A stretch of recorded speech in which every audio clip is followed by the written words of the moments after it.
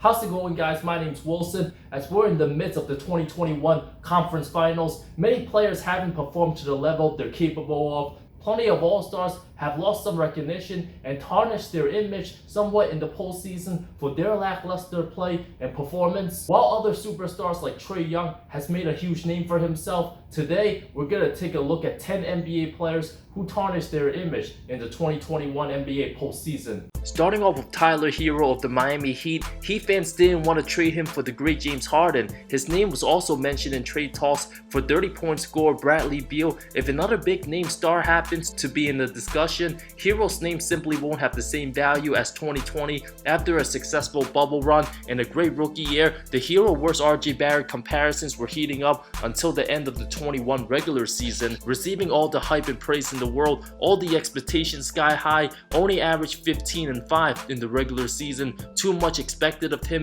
Many say he was an all-star already, streaky at times, still very far from star material, played awful in the Bucks series, averaged under 10 points, 32% shooting, no impact in the sweep, combined with only a 2-month break from the bubble, didn't have much of an off-season to work on other parts of his game, leaving plenty to be desired. Joe Harris, who was an absolute travesty in the Bucks series, couldn't buy a basket when needed, played so well in the regular season, only to lay an egg. Net fans even went as far as burning his jersey. The open 3 in overtime with Kevin Durant doing all the carrying, playing all 53 minutes, the whole team had no legs left. Went from a 47.5 3-point shooter in the regular season, best in the NBA, to bricking jumper after jumper. That look in overtime could have very well been the dagger and helped Brooklyn advance to the conference finals, possibly win their first title. After signing a 4-year $75 million last offseason, Brooklyn needed to retain him. With his excellent knockdown abilities, became a liability, improved from getting to the basket and making plays once in a blue moon,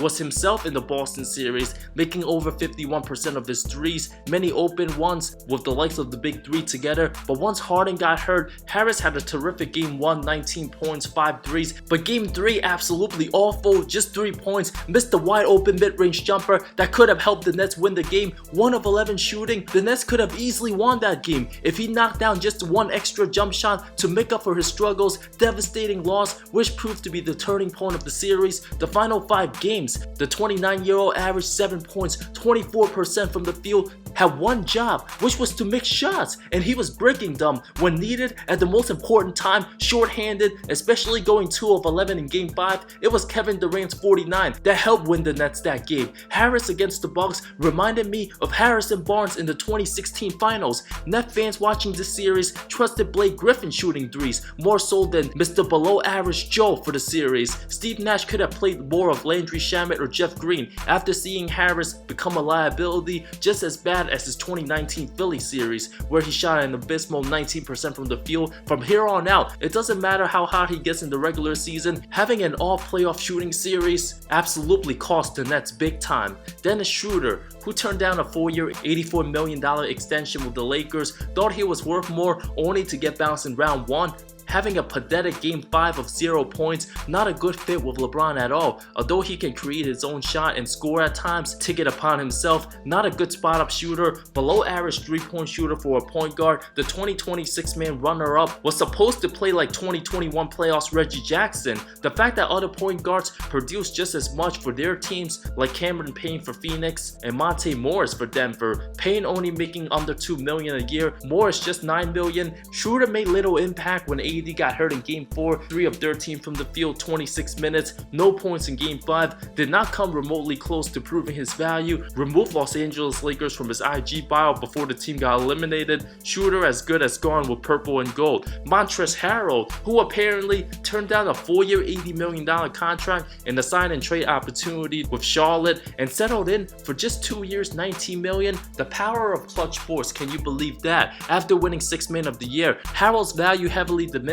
during the 2020 playoffs, a liability on D, can't stretch the floor. Realistically, just a great regular season backup player who gets buckets down low and might have some exciting dunks at times, but unable to play big minutes in crunch time, especially when the Clippers were okay letting him go. Didn't miss a beat despite Serge Ibaka being injured. They still made the conference finals without Harrell, with Montrezl bounced in round 1, went from averaging 18.5 points to 13.5. Frank Vogel didn't even play Trez in 2 of the 6 playoffs. playoff games against the Suns, knowing the DeAndre Ayton matchup was going to be a nightmare. Herro made no impact. Many blame Vogel for the lack of playing time. Montrezl frustrated, averaged under 6 points, under 10 minutes of action. After a 12.405 shooting game 1, 2 straight DMPs, then his confidence was just shot. The Clips would have played him a lot more, but he already caused some distractions to the team early 2020 after signing with Clutch. Since LA struggled to generate offense without AD and LeBron in the regular season, Harrell was acquired. Putting buckets in the hole was basically his main purpose. The question whether he opts in for $9 million, teams certainly won't be giving him crazy money now. Being a 5 who can't shoot threes or be effective on D in today's NBA, the liability is just too much. I do believe Charlotte still has interest in trying to pursue him,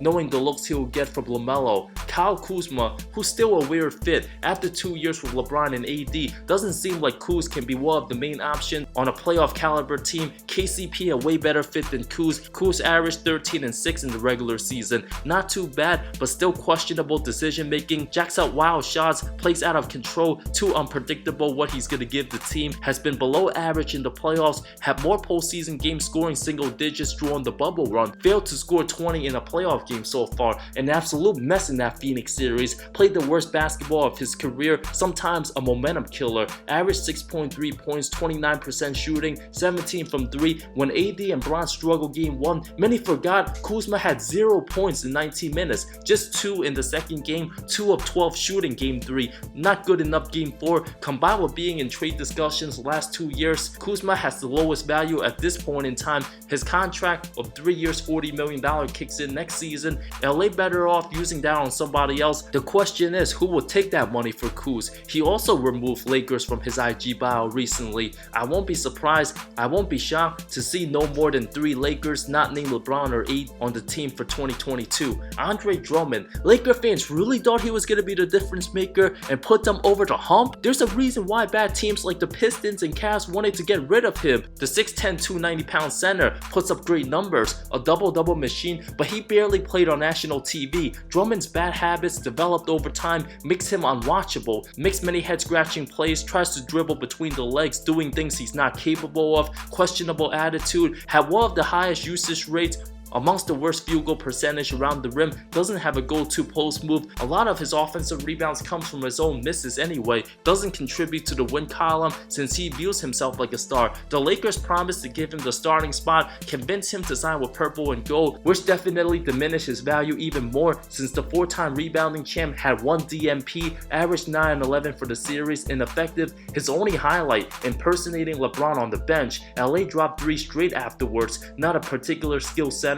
Guys like Clint Capella and Rashad Holmes serves better value. The fact that Detroit dumped him for a few second rounders should have been a warning sign. Offensive awareness, one of the worst, missed rotations, often drops the ball, has been the same player for years, only less athletic now, with poorer habits, can't physically dominate, nowhere near as good as his stats indicates on b-ball reference. On every solid team, Drummond's not the type of guy to be given the ball down low, better on the pick and roll action and crash the boards, clean up misses. After Cleveland couldn't find a trade partner, they gladly just sat him on the bench, only to eventually get rid of him. If he's willing to buy in being a role player, not get the ball a lot, and fully commit after being paid nearly $100 million over 4 years, too prideful to take a minimum, still 27 years old, should be in his prime, but realistically speaking, not a top 10 center at all. Won't be too attractive in the market, no more than a mid-level exception. If no team wants him, I can see the Lakers giving him around 1 year $5 million, no more than that. Kristaps Porzingis, who's been a role player for the Mavs, not a second option.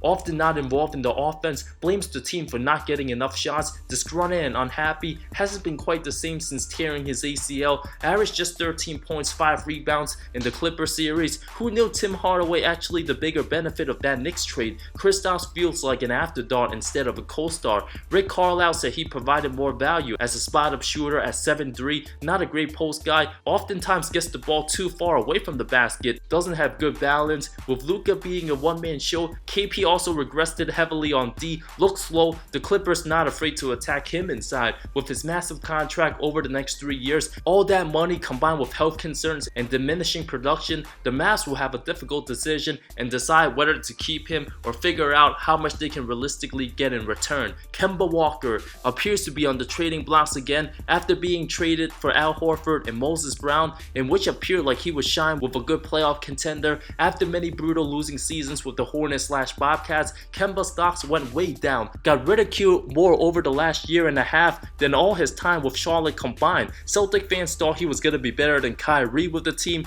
Boston quickly got rid of him, viewed as a negative asset. The knee issues a huge concern for the 31-year-old, just listed as 6 foot and a defensive liability. Boston saw what happened with Isaiah Thomas. Very possible the C's knew the extent of those knee problems, resulting in them getting rid of Kemba before even the conference finals started. Played 3 of the 5 games versus Brooklyn without all-star Jaylen Brown. Kemba averaged under 13 a game, 32% from the field, continued to have knee issues. Instead of being referred to cardiac Kemba, many call him cardio Kemba for running up and down the floor and not being involved at times. It's an absolute travesty. If Boston would have just kept Terry Rozier, they would have been in a better position right now. Scary Terry currently better than Kemba. Michael Jordan simply outsmarted Danny Ainge in the decision-making process. Rudy Gobert, who got exposed Game 6 against a smaller Clipper lineup, up 2-0, there was no excuses why the Jazz lost 4 straight. 2 without superstar Kawhi Leonard. Ty Lue's master coaching plan, having 5 shooters on the floor, created dribble penetration. Terrence Mann dropping nearly 40 on Gobert, leaving him on an island.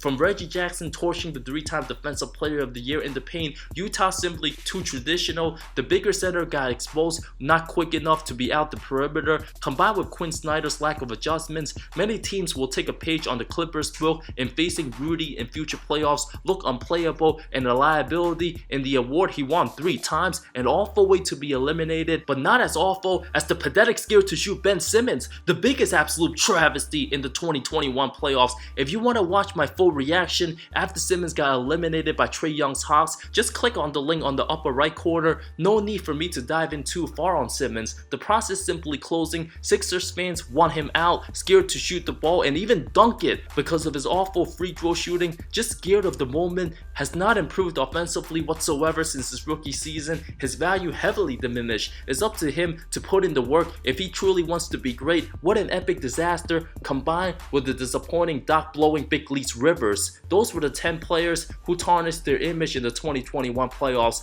I'm not gonna include Julius Randle in this class yet, since this was his first postseason. Many gave up on him last season and viewed the 6'9" power forward as an afterthought. Had an amazing regular season, but just proves that he's not a first option on a playoff caliber team. New York will need better players, nowhere close to being viewed as a star before this season, making nearly 20 mil for next year. First time he carried a super heavy workload for a playoff team that just wasn't very talented. I give him a pass. While CJ McCollum in trade discussions was just okay in the Denver series, wasn't spectacularly great. 7 of 22 shooting Game 5. McCollum is who he is at this point, while Jimmy Butler, Bam Adebayo amongst other disappointing stars this postseason. Thank you so much for watching this video. Which one of these guys tarnished their image the most in this postseason? Let me know in the comments below. I talk NBA comparisons, amazing storylines, NBA history, anything related to NBA basketball that might interest you. If you love the NBA, subscribe for more content. Thanks again so much for your support. I truly appreciate y'all. See you next time.